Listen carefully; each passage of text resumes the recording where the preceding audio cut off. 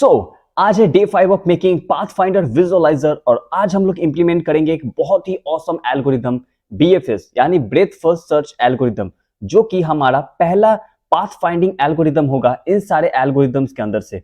ये सारे जो एल्गोरिदम है जैसे BFS, Dijkstra, greedy and A star algorithm, इन सारे पाथ फाइंडिंग एल्गोरिदम के अंदर से हमारा बीएफएस पहला पाथ फाइंडिंग एल्गोरिदम होने वाला है। इस एल्गोरिदम को आज हम लोग इंप्लीमेंट करेंगे और समझेंगे कि ये एल्गोरिदम कैसे वर्क करता है और ये कैसे इंटरनली इसका सर्चिंग मैकेनिज्म परफॉर्म करता है। इस चीज को हम लोग स्टेप बाय स्टेप समझेंगे और उससे पहले मैं आपको दिखा दूं कि बीएफएस एल्गोरिदम कैसा दिखता है और ये कैसा होने वाला है। आज हम लोग इसी एल्गोरिदम को इंप्लीमेंट करेंगे और वो भी बिल्कुल स्क्रैच से।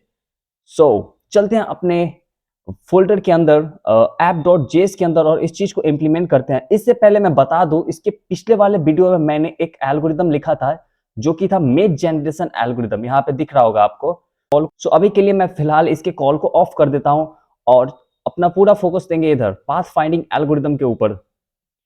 इस एल्गोरिदम को इंप्लीमेंट करने से पहले इसको जरूरी है अच्छे से समझना। चलते हैं अपने वन नोट के अंदर और इस एल्गोरिदम को अच्छे से समझते हैं कि ये एल्गोरिदम वर्क कैसे करने वाला है। तो समझते हैं इस एल्गोरिदम को। देखो, सबसे पहले मैं आपको दिखा दूं, ये एक मैट्रिक्स मैंने यहाँ पे बना रखा है जहाँ पे हर एक सेल का इंडेक्स लिखा हुआ है। यहाँ पे कुछ साइन है, यानी कि अगर मैं यहाँ पे टिक लगाता हूँ उसका यहाँ पे साइन लिखा हुआ है। ये एस जो है वो सोर्स है एंड ये टारगेट है। ये आप देख सकते हो, मैंने इस चीज को ही वहां पे इंप्लीमेंट कर रखा है। जैसे यहाँ पे आपको एक सेल दिखाई दे रहा है, इसको मैंने यहाँ पे मैट्रिक्स के फॉर्म में यहाँ पे बना रखा है। इस पे समझते हैं कि आखिर बीएफएस एल्गोरिदम काम कैसे करता है। बीएफएस एल्गोरिदम स्टार्ट होता है एक सोर्स को पकड़ के क्यू में ऐड करने से। हम क्या करते हैं, किसी एक सोर्स को पकड़ते हैं एंड उसे क्यू में ऐड कर देते हैं। सबसे पहले देखो हमारा सोर्स कौन सा है, हमारा सोर्स है ये 22 पे है। क्या करेंगे, इसके अंदर सोर्स ऐड करना होगा। क्यू के अंदर देखो 22 ऐड कर दिया। और एक चीज ध्यान में रखो, क्यू के अंदर हमेशा क्या होता है, जब भी एलिमेंट हम पुश करते हैं वो पीछे से पुश होता है, वो रियर से पुश होता है। एंड जब भी एलिमेंट पॉप करते हैं तो वो फ्रंट से पॉप होता है।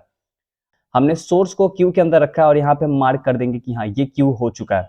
देखो टिक का यहाँ से सिंपली मतलब है कि क्यूड, यानी कि वो क्यू के अंदर ऐड हो चुका है। हमने सोर्स को क्यू के अंदर ऐड कर रखा है।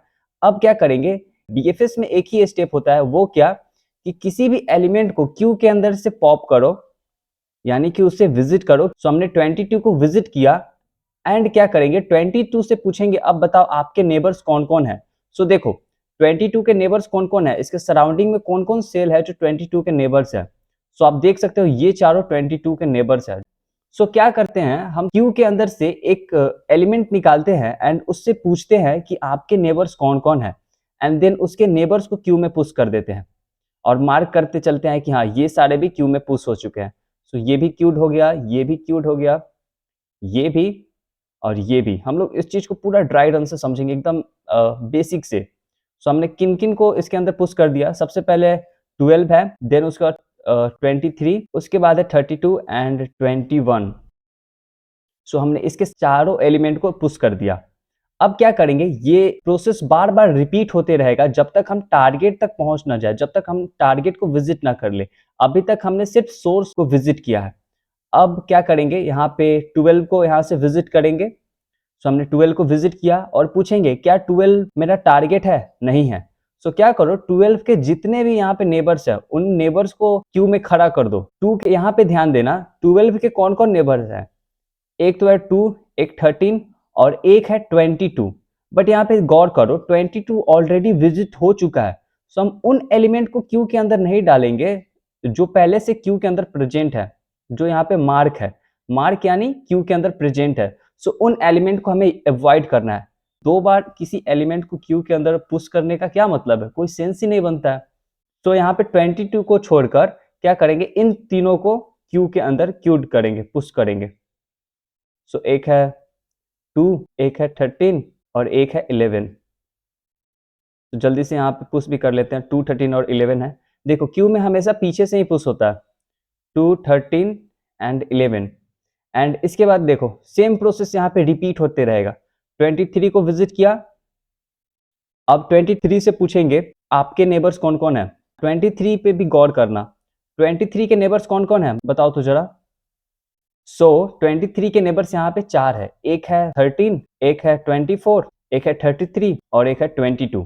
बट यहाँ पे दो ऑलरेडी विजिटेड नहीं सॉरी, दो ऑलरेडी क्यूड हो चुके हैं, सिर्फ बचा है ये एक 24 और एक 33।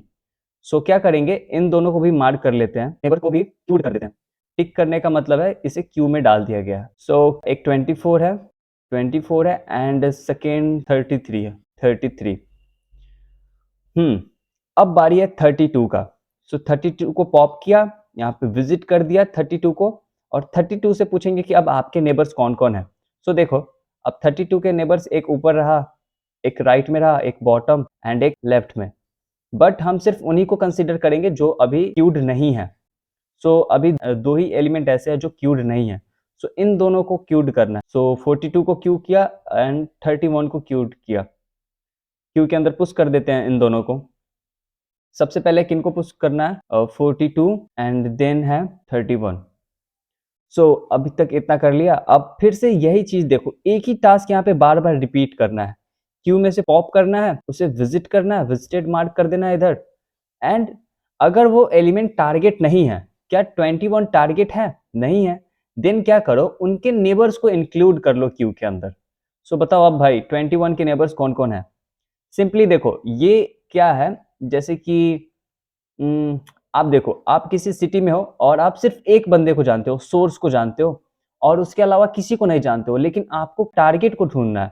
सो आप क्या करोगे, सोर्स से पूछ लोगे कि भाई मैंने आपसे मुलाकात कर ली, अब आप बताओ कि आपके नेबर्स कौन कौन है। सो ये अपना नेबर्स बता देगा। सो इनके नेबर्स को हम यहाँ पे लिस्ट में डाल देंगे, सॉरी क्यू में डाल देंगे। एंड फिर क्या करेंगे, क्यू में से किसी एक एलिमेंट को पॉप करेंगे एंड उनसे जाके मिलेंगे, विजिट करेंगे एंड उनसे भी पूछ लेंगे कि अब बताओ आपके नेबर्स कौन कौन है। अगर आप वो टारगेट नहीं हो, मैं जिनसे मिलना चाहता हूं, देन आप बताओ आपके नेबर्स कौन कौन है। एंड ऐसा करते करते क्या होगा, हम उस सिटी के सारे जो बंदे हैं विजिट कर लेंगे एंड इस तरह से हमारा टारगेट भी मिल जाएगा। सो अब बारी है 21 के जो नेबर्स है उनसे मिलने का। सो 21 तो मेरा टारगेट था नहीं। सो 21 के नेबर्स कौन कौन है, 21 के नेबर्स यहाँ पे मुझे दिख रहे हैं। एक ही है जो क्यू के अंदर नहीं है, बाकी सारे क्यू के अंदर विजिट हो चुके हैं, क्यूड हो चुके हैं। एक 11 भी हो चुका है, 22 भी हो चुका है, 31 भी हो चुका है। बस बचा है तो वो है सिर्फ 20। सो यहाँ पे 20 को भी यहाँ पे क्या करेंगे, ऐड कर देते हैं। 20 को ऐड किया तो 20 को यहाँ पे क्यूड कर, सो 20 को यहाँ पे क्यूड कर चुके हैं। अब बारी है 2 को विजिट करने का। सो क्यू के अंदर से पॉप किया, इसे विजिट किया एंड क्या 2 मेरा टारगेट है? नहीं, 2 मेरा टारगेट नहीं है। देन क्या करो, 2 के जितने नेबर्स हैं उनको इंक्लूड कर लो क्यू में, कि अब उन्हें भी फ्यूचर में फर्दर विजिट करना है। सो यहाँ पे गौर करना, यहाँ पे गौर करना थोड़ा। 2 के एलिमेंट्स देखो, 2 के एक नेबर्स ऊपर होगा, एक बॉटम में होगा, एक राइट एंड एक लेफ्ट होगा। लेकिन यहाँ पे क्या होगा, आउटबाउंड हो जाएगा। अगर आप ऊपर जाना चाहो ना, देन इसका इंडेक्स क्या हो जाएगा, -1 एंड 2। सो यहाँ पे तो आउटबाउंड इंडेक्स हो गया। क्या हमें ये भी देखना है कि इनके जो नेबर्स हैं, एक तो है कि पहले से क्यूड नहीं होने चाहिए एंड सेकेंड है कि आप आउट ऑफ बाउंड नहीं हो सकते हो, इनवैलिड नहीं हो सकते हो। सो हमारे पास दो ही नेबर्स बचे हुए हैं और वो है 3 एंड 1। सो इन दोनों को भी क्यू के अंदर क्यूड करेंगे। एक 3 है एंड एक है 1, 3 एंड 1। और एक बार क्यू में ऐड कर दिया, देन हमें यहाँ पे मार्क भी करना होगा कि आप लोग क्यू में आ चुके हो। सो सबसे पहले 3 था एंड उसके बाद 1 था। इतना होने के बाद अगेन यही प्रोसेस रिपीट होगा। 13 को पॉप किया, 13 को विजिटेड मार्क किया। क्या 13 मेरा टारगेट है? सो नहीं, 13 मेरा टारगेट नहीं है। तो क्या करो, 13 के जितने भी नेबर्स हैं उनको क्यू के अंदर पुश कर दो। तो 13 के नेबर्स देख के बताओ जो अभी तक क्यूड नहीं हुए। वो है सिर्फ 14। तो यहाँ पे 14 को भी मार्क कर देते कि आप क्यूड हो चुके हो। देखो यहाँ पे ये कंफ्यूज मत होना कि यहाँ पे टारगेट मिल गया। टारगेट अभी क्यू के अंदर पुश हुआ है, अभी हमने टारगेट को विजिट नहीं किया है। विजिट हमने जस्ट अभी 13 को किया है, 14 को अभी हमने विजिट नहीं किया है। सो इतना होने के बाद अगेन सेम प्रोसेस रिपीट होगा। 11 को विजिट किया एंड 11 के नेबर्स कितने हैं? सो नेबर यहाँ पे एक है, तो इसके नेबर्स को भी यहाँ पे टिक करते हैं एंड क्यू में पुश करते हैं। अब बारी है 24। क्या 24 मेरा टारगेट है? नहीं है। 24 को विजिट किया एंड 24 के जितने नेबर्स हैं उनको ऐड करेंगे क्यू के अंदर। सो 24 के नेबर्स कौन कौन है? दो हैं, एक है 25 एंड एक है 34। 25 एंड 34, सो दो नेबर्स पुश हो गए। 34 को यहाँ से विजिटेड मार्क किया। क्या 33 मेरा टारगेट है? नहीं, 33 मेरा टारगेट नहीं है। तो क्या कर सकते हैं, इसके नेबर्स को हम लोग ऐड कर सकते हैं। हो सकता है कि आपके नेबर्स में टारगेट छुपा हो, तो नेबर्स को कहाँ ऐड करेंगे? क्यू के अंदर ऐड करेंगे। क्यू में पुश किया एंड पुश कितना करना है क्यू के अंदर? 33 के एक ही नेबर्स है और वो है 43। इतना किया। अब क्या करेंगे, 42 को फिर से पॉप करेंगे, विजिटेड मार्क करेंगे। क्या 42 मेरा टारगेट है? क्या 42 मेरा टारगेट है? सो नहीं, 42 मेरा टारगेट नहीं है। अब क्या करो, 42 जब मेरा टारगेट नहीं है, सो बताओ 42 आपके नेबर्स कौन कौन है? सो 42 बताएगा कि मेरे नेबर्स दो ही हैं जो अभी तक क्यूड नहीं हुए, और वो है 52 एंड एक है 41। तो भाई यहाँ पे 52 एंड 41 को भी हम क्यू के अंदर पुश करेंगे। 52 एंड 41 पुश किया। अब बारी है 31। 31 को पॉप किया, विजिटेड मार्क किया। अब बताओ 31 क्या आप टारगेट हो? तो नहीं भाई, मैं वो बंदा नहीं हूं जिसको आप ढूंढ रहे हो। सो आप क्या कर सकते हो, 31 से पूछ सकते हो कि आपके नेबर्स कौन कौन हैं। तो 31 के नेबर्स तो 4 हैं, बट एक ही ऐसा नेबर्स है जो अभी तक क्यू के अंदर नहीं गया है, और वो है हमारा 30। तो जल्दी से यहाँ पे 30 को भी पुश कर लेते हैं। अब बारी है 20 पॉप करने का। 20 को पॉप किया, यहाँ से विजिटेड में ऐड किया एंड देखो क्या 20 मेरा टारगेट है? नहीं, 20 मेरा टारगेट नहीं है। सो 20 के जितने भी अनक्यूड जो नेबर हैं उनको क्या करो, क्यू के अंदर पुश कर दो। तो 20 का तो अभी कोई नेबर है ही नहीं, सो कुछ पुश भी नहीं होगा। अब देखो 3 को पॉप किया, 3 को विजिट किया। 3 क्या आप टारगेट हो? नहीं, 3 मेरा टारगेट नहीं है। सो 3 से पूछ लेंगे भाई आपके नेबर्स कौन कौन है, आप वो बता दो। तो 3 का नेबर्स एक ही है और वो है 4। यहाँ पे हमें 4 ऐड करना होगा। 4 ऐड कर दिया। फिर से 1 को पॉप किया, विजिट किया। क्या 1 मेरा टारगेट है? नहीं। सो 1 के नेबर्स कौन कौन है, उन्हें क्यू में पुश करो। सो 1 के नेबर्स थे एक 0 0, उन्हें मैंने क्या कर दिया, क्यू के अंदर पुश कर दिया।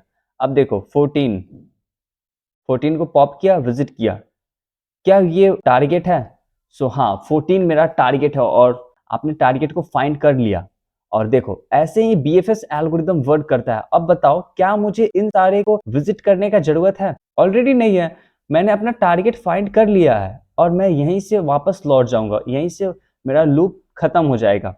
सो हमने इतना तो समझ लिया। अब इस चीज को इम्प्लीमेंट करते हैं, एक्चुअल कोड के अंदर चलते हैं और इस चीज को इम्प्लीमेंट करते हैं।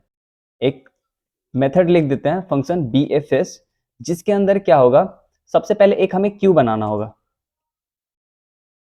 क्यू जो कि एक एरे से हमने इम्प्लीमेंट कर लिया, और हमें एक चाहिए visited cell, where visited cell ना, जो कि एक एरे होगा। एंड हमें ये भी तो देखना है कि कौन कौन अभी तक क्यूड हो चुका है, क्यू के अंदर कौन कौन प्रेजेंट है। सो उसके लिए भी एक सेट यूज कर लेंगे, एक हम सेट बना लेंगे कि कौन कौन क्यू के अंदर ऑलरेडी प्रेजेंट है। विजिटेड ये क्या करेगा, ये बताएगा कि अभी तक कौन कौन एलिमेंट क्यू के अंदर प्रेजेंट है।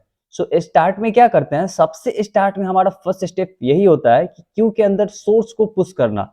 सो सबसे पहले क्या करेंगे, Q dot push source coordinate. And एक बार हमने क्यू के अंदर पुश कर दिया, देन नेक्स्ट स्टेप क्या था, यहाँ पे टिक करना ना। सो उस मार्क करने के लिए हम यहाँ पे सेट यूज करेंगे एंड विजिटेड में ऐड कर देंगे कि हाँ ये मेरा सोर्स कोऑर्डिनेट विजिट हो चुका है, यानी कि यहाँ पे मैंने टिक कर दिया। ये जो यहाँ पे जो मैं टिक कर रहा था कि ये विजिट हो चुका है, ताकि दोबारा ये फिर से विजिट ना हो। सो देखो अब यहाँ पे ध्यान देना, बिगिनर्स यहाँ पे क्या गलती करते हैं, वो ना क्या करेंगे, ऑब्जेक्ट को सेट के अंदर पुश करने का कोशिश करेंगे। और देखो ऑब्जेक्ट जो हमेशा कंपेयर होता है, अगर दो कोऑर्डिनेट सेम भी होंगे, सपोज यहाँ पे मैं आपको दिखा देता हूँ, console.log x is equal to y। देखो अगर मेरे पास एक कोऑर्डिनेट है x, जिसके अंदर 10 एंड 20, एंड सिमिलरली एक और कोऑर्डिनेट है, सेम ही कोऑर्डिनेट है ये भी। अब बताओ क्या ये दोनों इक्वल होंगे आपस में? क्या ये दोनों आपस में इक्वल होंगे? काफी लोग यहाँ पे सोच रहे हैं हाँ ऑब्वियसली इक्वल होंगे। सो देख लेते हैं मोमेंट ऑफ ट्रूथ, क्या ये इक्वल है। और देखो ये इक्वल नहीं है, क्योंकि क्या हो रहा है, वैल्यू इनका इक्वल है, इसमें कोई डाउट नहीं है, वैल्यू इनका इक्वल है, लेकिन कंपैरिजन किन बेसिस पे हो रहा है? कंपैरिजन होता है यहाँ पे रेफरेंस के बेसिस पे, इसका रेफरेंस कुछ और है, इसका रेफरेंस कुछ और है। सो कभी भी हम लोग क्या करते हैं, किसी सेट के अंदर ना ऑब्जेक्ट नहीं डाल सकते हैं, क्योंकि मान लो किसी सेट के अंदर आपने यहाँ पे ऑब्जेक्ट डाल दिया एंड उसके अंदर एक कोऑर्डिनेट प्रेजेंट है, फिर क्या करोगे, सेकेंड टाइम इन फ्यूचर आप जाके पूछोगे कि क्या ये कोऑर्डिनेट ऑलरेडी इस विजिटेड सेट के अंदर प्रेजेंट है? सो आप उसको की दोगे और वो क्या रिटर्न करेगा, वो फॉल्स रिटर्न करेगा, हालांकि उसके अंदर वो पहले से प्रेजेंट है, ऑलरेडी विजिटेड हो चुका है, फिर भी हो सकता है कि वो आपको फॉल्स रिटर्न कर दे कि नहीं ये विजिट नहीं हुआ है। तो यहाँ तो वो सरासर झूठ बोल रहा है, जैसा कि आप यहाँ पे देख सकते हो कि कैसे ये दोनों सेम है। मतलब मान लो कि अगर आपने ये विजिट कर रखा है और आप पूछ रहे हो कि क्या मैंने ये विजिट किया है, सो ये कंपेयर करके बताएगा कि नहीं आपने विजिट नहीं किया है, लेकिन ट्रुथ तो यहाँ पे ये है कि आपने विजिट कर रखा है। सो हम लोग क्या कर सकते हैं, जब यहाँ पे इस कोऑर्डिनेट को ऐड ही नहीं कर सकते हैं, सो हम लोग टेम्पलेट लिटरल्स का यूज करेंगे एंड क्या करेंगे, सिंपली हम लोग स्ट्रिंग की तरह एक ट्रीट करेंगे इस की को। So source dot x and source coordinate dot y. इतना समझ में आया? अब देखो, अब एक्चुअल यहाँ पे परफॉर्म होगा वाइल क्यू जब तक हमारा एम्प्टी नहीं हो जाता, Q dot length is greater than 0। सो सबसे पहले क्या करते हैं, क्यू के अंदर से एक एलिमेंट पॉप करते हैं, current will be Q dot, और देखो क्यू का हमेशा प्रॉपर्टी क्या होता है कि एलिमेंट हमेशा फ्रंट से पॉप किया जाता है। तो देखो एरे के अंदर अगर आगे से एलिमेंट निकालना है तो उसके अंदर एक मेथड होता है, और वो मेथड क्या है, और वो मेथड है शिफ्ट। शिफ्ट मेथड का यूज करेंगे और यहां से हमें एलिमेंट मिल जाएगा, और इस एलिमेंट को हमें क्या करना होगा, सबसे पहले तो हमें विजिटेड सेल के अंदर ऐड करना होगा, विजिटेड सेल डॉट पुश, और यहाँ पे क्या पुश करेंगे, ये सेल ऐड करेंगे कि कौन सा सेल है। So matrix current dot x current dot y, और ऐसा करने से हमें पता चल जाएगा कि हमें कौन से सेल को विजिटेड सेल के अंदर पुश करना है। सो हमने एक बार विजिट भी कर लिया। अब यहाँ पे पूछेंगे कि क्या आप टारगेट की इक्वल हो, if current dot x target dot x and current dot y is equal to target coordinate dot Y.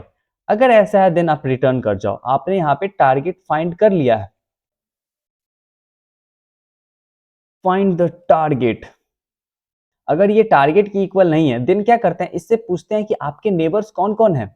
सो देखो यहाँ पे मैं एक एरे बना लेता हूँ, कौन नेबर्स, और नेबर्स में मैं करेंट के जितने भी नेबर्स है उनके कोऑर्डिनेट यहाँ पे रख लेता हूँ, x coordinate y coordinate.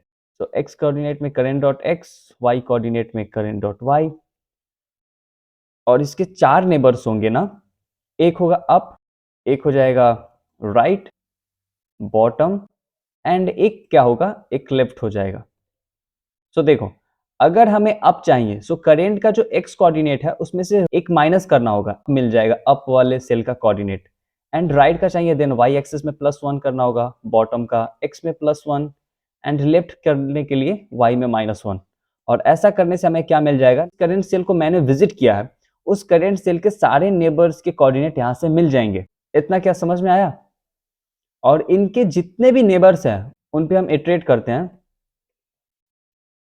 Neighbour of neighbours, इस नेबर्स पे हम लोग इटरेट करेंगे। अच्छा यहाँ पे ऑफ लिखना था, सो नेबर ऑफ नेबर्स, और सबसे पहले तो हमें देखना है कि क्या ये नेबर वैलिड है या नहीं। देखो जैसा कि यहाँ पे था, यहाँ पे देखो अगर इससे पहले आपने गौर किया होगा, मैंने बोला भी था कि यहाँ पे गौर करना, 2 अगर देखो 2 के नेबर्स कौन कौन है, एक ऊपर है, एक राइट में है, एक बॉटम में एंड एक लेफ्ट में है। लेकिन देखो ये जो ऊपर में अगर हम लोग नेबर निकालने का कोशिश करेंगे, ये क्या होगा, ये आउटबाउंड होगा। सो एक कंडीशन तो सबसे पहले ये चेक करना है कि जो नेबर है वो वैलिड होने चाहिए, तभी हम क्यू के अंदर पुश करते हैं। So if is valid neighbour dot x neighbour dot y, अगर ये कोऑर्डिनेट वैलिड है तभी क्या करेंगे, क्यू के अंदर पुश करेंगे, Q dot push neighbour, and neighbour को पुश करने के साथ ही हम यहाँ पे विजिट भी तो मार्क करेंगे, मतलब जो यहाँ पे ग्रीन जो टिक कर रहे थे, जो भी एलिमेंट क्यू के अंदर पुश हो रहा था यहाँ पे टिक कर दे रहे थे कि अच्छा ये एलिमेंट क्यू के अंदर टिक हो चुका है। सो विजिटेड डॉट ऐड, यहाँ पे हमें की को स्ट्रिंग के फॉर्म में करना होगा। सो नेबर को हमें स्ट्रिंग के फॉर्म में करना होगा और उसके लिए यहाँ पे यूज करेंगे टेम्पलेट लिटरल्स का। So neighbours dot x and neighbours dot y. और देखो ऐसा क्यों कर रहे हैं, क्योंकि मैंने आपको एक्सप्लेनेशन दे रखा है, ऑब्जेक्ट को आप कभी भी क्यू की तरह कंसीडर नहीं कर सकते हो। तो दैट्स वाई यहाँ पे मैंने क्या किया है, इस ऑब्जेक्ट को स्ट्रिंग के फॉर्म में कर दिया। एंड अब क्या करेंगे, यहाँ विजिटेड में भी यहाँ पे टिक कर देंगे कि जो भी एलिमेंट क्यू के अंदर पुश करेंगे यहाँ पे मार्क कर देंगे कि ये एलिमेंट क्यू के अंदर पुश हो चुका है। क्यू के अंदर जितना भी हम लोग नेबर्स कंसीडर कर रहे थे, सो नेबर्स में ये भी तो देख रहे थे कि ये पहले से ऑलरेडी विजिटेड नहीं होना चाहिए। And not visited dot has this की से आप कंफ्यूज मत होना, की कुछ नहीं है, की नेबर्स ही हैं। सो एक हो गया कि सबसे पहले वो वैलिड होना चाहिए, सेकेंड है कि वो पहले से क्यू के अंदर पुश नहीं होना चाहिए, प्रेजेंट नहीं होना चाहिए। एंड थर्ड क्या होना चाहिए, इफ मैट्रिक्स का जो है neighbour dot x and neighbour dot y dot class list dot contain. और एक तो यह है कि इसके ऊपर कोई वॉल भी नहीं होना चाहिए। अगर उस पर वॉल है तो आप उसको विजिट नहीं कर सकते ना, वहां पे तो एक ऑब्स्टिकल है। तो अगर इन सारे कंडीशन को ये फुलफिल कर पाता है तभी क्या करेगा, क्यू के अंदर पुश करेगा। और देखो यहाँ पे हमारा पूरा बीएफएस बन के रेडी हो चुका है। अब बारी है तो सिर्फ इस बीएफएस एल्गोरिथम को कॉल करने का। सो इस बीएफएस एल्गोरिथम को कॉल कैसे करेंगे, visualise button dot add event listener click, और जैसे ही इस पे क्लिक होगा बीएफएस कॉल हो जाएगा। और एक बार देख लेते हैं कैसा लग रहा है। बीएफएस तो हमने यहाँ से कॉल कर लिया। इसी के साथ हम एक मेथड बना लेंगे animate.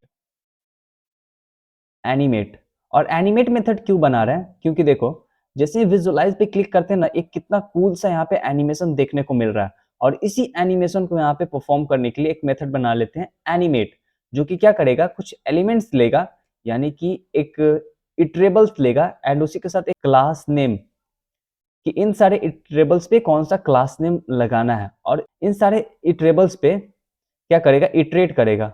So for let i is equal to 0, i is less than elements dot length i plus plus set time out delay into i। और यहाँ पे डिले भी बना लेते हैं फिलहाल के लिए 10। और इस सेट टाइम आउट के अंदर हम लोग क्या करेंगे, एलिमेंट्स का जो आई है dot class list dot add. और एक बार जैसे ही बीएफएस एल्गोरिथम परफॉर्म हो जा रहा है, उसी के साथ हम एनिमेट मेथड कॉल कर देंगे। और इसके अंदर हम लोग पुश करेंगे, सॉरी इसमें क्या पास करेंगे, सबसे पहले तो विजिटेड सेल को हर बार यहाँ पे एम्प्टी करना होगा। एंड इसमें पास करेंगे विजिटेड सेल एंड क्लास यहाँ पे ऐड कर दो विजिटेड। और देखो यहाँ पे मैजिक, और ये मैजिक क्या हुआ, कोई एरर भी नहीं है और एक ही एलिमेंट। हमने यहाँ पे क्या एरर कर रखा है, यहाँ पे नॉट का सिंबल लगाना था कि अगर इस पे वॉल नहीं ऐड है तभी क्यू के अंदर पुश करना है। और हमने क्या लिख रखा था, अगर इस पे वॉल ऐड है तभी ऐड करना है। ऐसा नहीं है। और देखो क्या कूल लग रहा है भाई साहब। हमने इम्प्लीमेंट कर लिया। बस अब इसमें थोड़ा सा एक और चीज क्या करना है, हमें पाथ ड्रॉ करना है ना। पाथ ड्रॉ करना है, उसके पहले यहाँ से हटा देते हैं। एक और बना लेते हैं यहाँ पे वेर पाथ टू एनिमेट। और ये भी सबसे पहले जैसे ही कॉल होगा वैसे एम्प्टी हो जाएगा। एंड और क्या करना है, पाथ टू एनिमेट। जैसे ही इसको टारगेट मिल जाता है देन क्या करेगा, ये बैक ट्रैक करना स्टार्ट करेगा। यानी कि क्या होगा, अगर देखो अगर मैं यहाँ पे टारगेट पे पहुंच चुका हूं देन ये क्या पूछेगा कि अगर इस टारगेट पे आप पहुंचे हो तो इस टारगेट पे आप पहुंचने से पहले कहाँ पे थे। हो सकता है कि यहाँ पे पहुंचने से पहले मैं यहाँ रहा हूँ। तो सिमिलरली अब यहाँ पे पहुंचेगा और इससे भी पूछेगा कि अब यहाँ पे अब जो पहुंचे हो आपका पेरेंट कौन है। ये बताएगा कि मेरा पेरेंट ये रहा। तो ये भी पूछेगा कि अब आपका पेरेंट कौन है, तो ये बताएगा मेरा पेरेंट ये है। हमें सिंपली यही बैक ट्रैक करना है। और इसको बैक ट्रैक कैसे करेंगे, हमें सबसे पहले तो टारगेट से स्टार्ट करना है एंड बैक ट्रैक करते जाना है कहाँ तक, सोर्स तक। देखो हमें एक ऐसा डाटा स्ट्रक्चर चाहिए जिसमें अगर हम चाइल्ड बताएं तो वो पेरेंट हमें बता दे।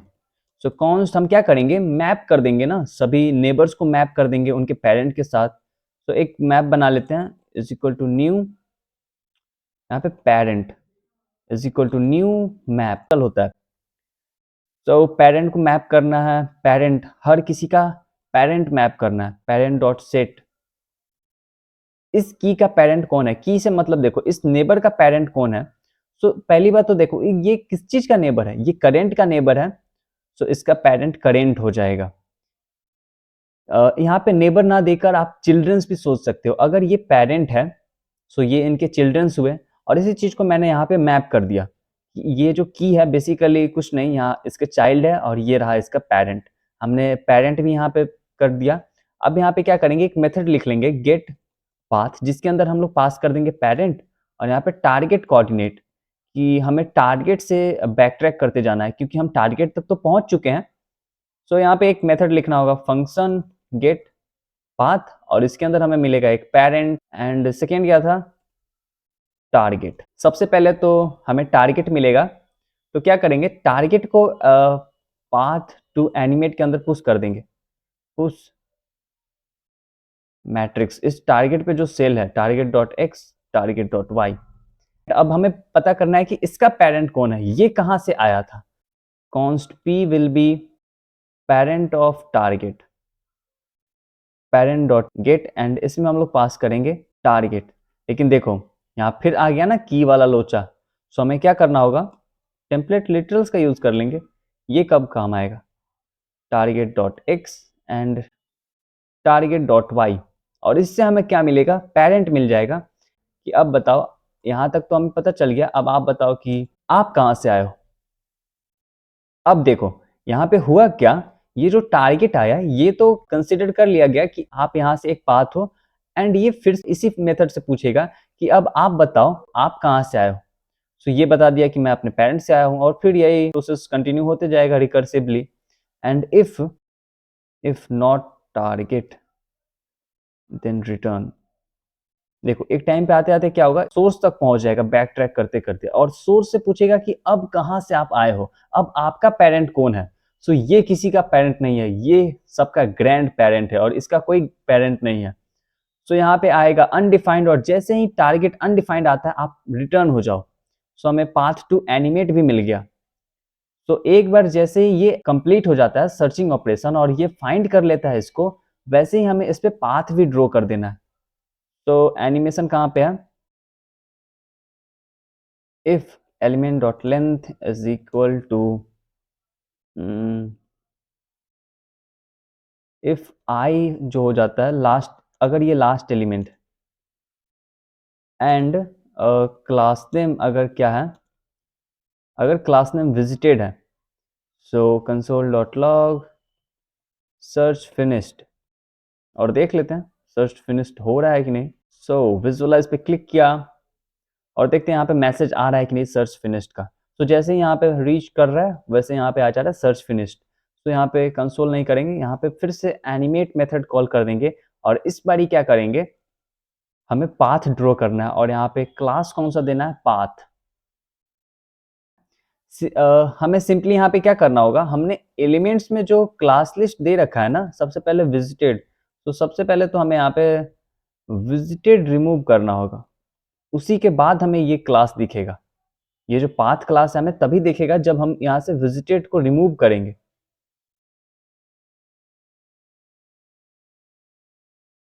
और देखो क्या ही लग रहा है, हमने BFS एल्गोरिदम यहाँ पे सक्सेसफुली इंप्लीमेंट कर लिया, और देखो क्या कूल लग रहा है। बट ये क्या हो रहा है, पाथ जो ड्रॉ हो रहा है वो काफी फास्ट हो रहा है, क्योंकि यहाँ पे क्या कर सकते हैं, इफ क्लास नेम, अगर क्लास नेम पाथ है देन क्या कर दो, डिले को बढ़ा दो, 3.5 कर दो, डिले को थोड़ा बढ़ा दो, यानी कि इसको स्लो कर दो। ये जो पाथ का जो एनिमेशन है उसको थोड़ा स्लो कर दिया यहाँ पे। और देखो हम लोग डिले में ही क्या कर सकते हैं, डिले को भी आगे पीछे करके यहाँ से स्पीड कंट्रोल कर सकते हैं। सो हमने इस चीज को इम्प्लीमेंट कर लिया। अब क्या करते हैं ना, जिस तरह से हम क्या कर रहे हैं, यहाँ पे विजुअलाइज पे क्लिक कर रहे हैं और यहाँ पे सब कुछ हो जा रहा है। एक काम करते हैं यहाँ पे पिक्सल का, अच्छा ये क्या हो रहा है, ये थोड़ा इसको जेड इंडेक्स से दे देते हैं, ड्रॉप मेन्यू में जेड इंडेक्स 100। देखो जिस तरह से यहाँ पे विजुअलाइज पे क्लिक हो रहा था और यहाँ पे विजुअलाइज होने लग जा रहा था ये मेथड, वैसे ही हम लोग क्या करेंगे, क्लिक इवेंट ऐड कर देते हैं। जैसे इमेज जनरेट पे क्लिक हो वैसे ही वो इमेज वाला मेथड कॉल हो जाए। ये जो कॉल हो रहा है ये कब हो, जैसे ही जनरेट इमेज पे कोई क्लिक करे,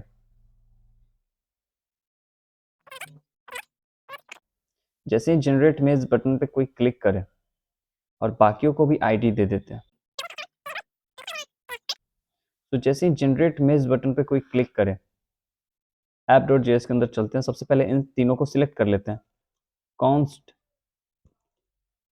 document dot get element by id, and क्या करना है, generate image button dot add event listener, click, और जैसे इस पे क्लिक हो हमें कॉल कर देना है ये जनरेट इमेज मेथड। क्या दिक्कत आ रहा है भाई, इज नॉट अ फंक्शन, कहाँ पे, generate image button 197, generate image button, और अब यहाँ पे क्लिक करते हैं जनरेट इमेज पे, और देखो जनरेट इमेज पे तो क्लिक किया, लेकिन यहाँ पे क्या हो रहा है, ये इमेज ना एनिमेशन के साथ नहीं दिख रहा है। तो जल्दी से इस चीज को भी हम लोग फिक्स करते हैं कि ये एनिमेशन के साथ कैसे दिखे। इसको क्या कर सकते हैं, अब हमने एनिमेट मेथड बना लिया है ना, तो एनिमेट करने के लिए करेंगे क्या, वेर वॉल टू एनिमेट, एक बना लेंगे वॉल टू एनिमेट, जो कि वॉल टू एनिमेट हर बार एम्प्टी होगा, एंड इसके इसके साथ भी क्या करेंगे भाई, एनिमेट मेथड कॉल कर देंगे, वॉल टू एनिमेट, और यहाँ पे वॉल सेंड कर देंगे। सो इतना कर लिया। अब जहां जहां पे हम क्या कर रहे थे, यहाँ पे वॉल ऐड कर रहे थे ना, वो वॉल ऐड हमें नहीं करना है। सो क्या करेंगे, wall to animate dot push, हर जगह यही करेंगे। देखो सिंपली हम यही कर रहे हैं कि जहां जहां हमने क्लास दे रखा है ना, उन क्लास को क्या करेंगे, एक एरे के अंदर पुश करके हम एनिमेट मेथड को पास कर देंगे। तो यहाँ पर भी वॉल दे रखा है ना, और कहाँ पे, एक और जगह है सेल यहाँ पे। अब देखते हैं जनरेट इमेज पे क्लिक करके, अब देखो यहाँ पे एनिमेशन लग गया। अब बारी है, सब चीज को यहाँ पे टेस्ट कर लिया, जब पिक्सल को यहाँ पे छोटा किया, एंड अब जनरेट इमेज पे क्लिक करते हैं, तो कुछ क्यों नहीं हो रहा है, यहाँ पे दिक्कत है, मैट्रिक्स को हमें हर बार एम्प्टी करना होगा।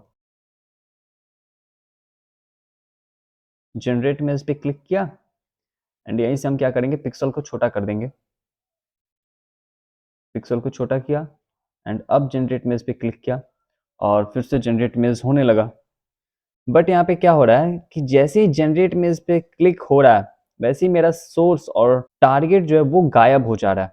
और ऐसा क्यों हो रहा है, इस चीज को भी फिक्स कर लेते हैं जल्दी से।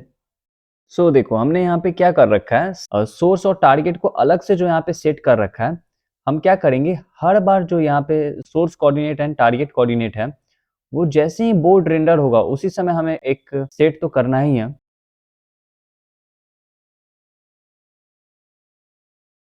जैसे ही यहाँ पे मेरा बोर्ड जो रेंडर हो जाए, उसके बाद से सिंपली यहाँ पे कर सकते हैं, set source and source coordinate will be ये, टारगेट कोऑर्डिनेट विल बी ये। सोर्स और टारगेट भी हर बार सेट हो जाएगा जैसे ही यहाँ पे पिक्सल चेंज होगा।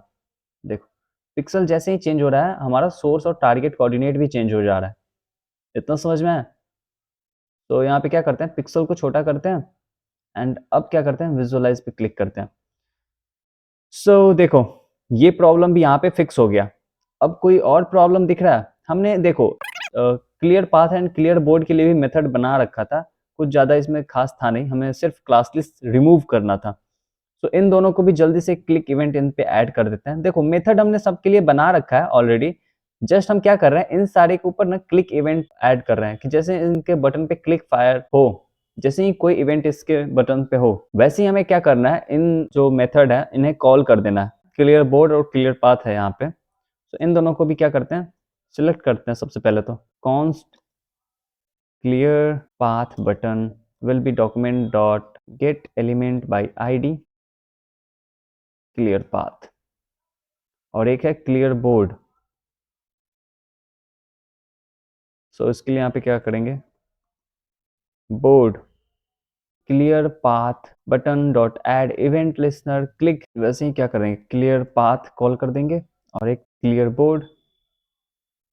तो clear board हमारा क्या कर रहा है, clear board स्टेट एट्रीब्यूट कर रहा है, नहीं, cell dot class list dot remove visited, और क्या रिमूव करना है, वॉल, फिर रिमूव करना है हमें पाथ हो गया, विजिटेड हो गया, वॉल हो गया। सो क्लियर बोर्ड देखते हैं अब क्लियर बोर्ड सही से वर्क कर रहा है या नहीं।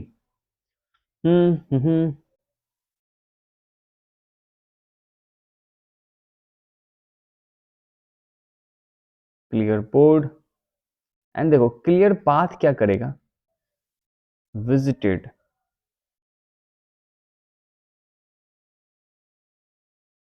देखो क्लियर पाथ सिर्फ रिमूव करेगा, वॉल को छोड़ के ना, ये जो यहाँ पे है इन्हें ये रिमूव कर देगा। क्लियर पाथ करते ही हमने जो सर्च ऑपरेशन परफॉर्म कर रखा था वो सर्च ऑपरेशन यहाँ से हट गया, रिमूव हो गया।